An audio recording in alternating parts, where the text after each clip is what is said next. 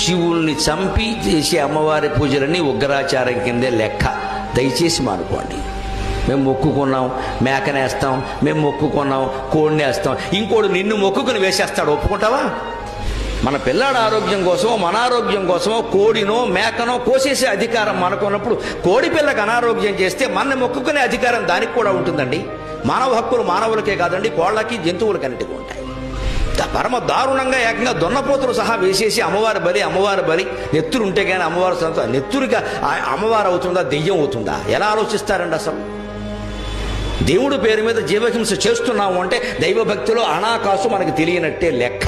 వైదిక ధర్మం ఈ జీవహింసకు మొత్తం వ్యతిరేకం. ఎక్కడా లేదు ఈ జీవహింస చేయమని. మనమే పెట్టుకున్నాం ఇవన్నీ కూడా. ఎందుకంటే మనం ఆలోచన ఎందుకు వస్తుందో చెబుతున్నా. బ్రాహ్మణ చేయడు ఈ పని, శాకాహారం తినేవాడు చేయడు. వాడు పప్పు తింటాడు, పప్పే పెడతాడు అక్కడ.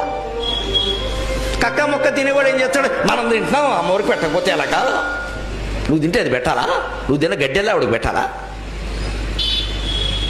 అది మనం తినడమే తప్పు, మరి ఆవిడకి పెట్టడం ఇంకో తప్పు ఇక్కడ.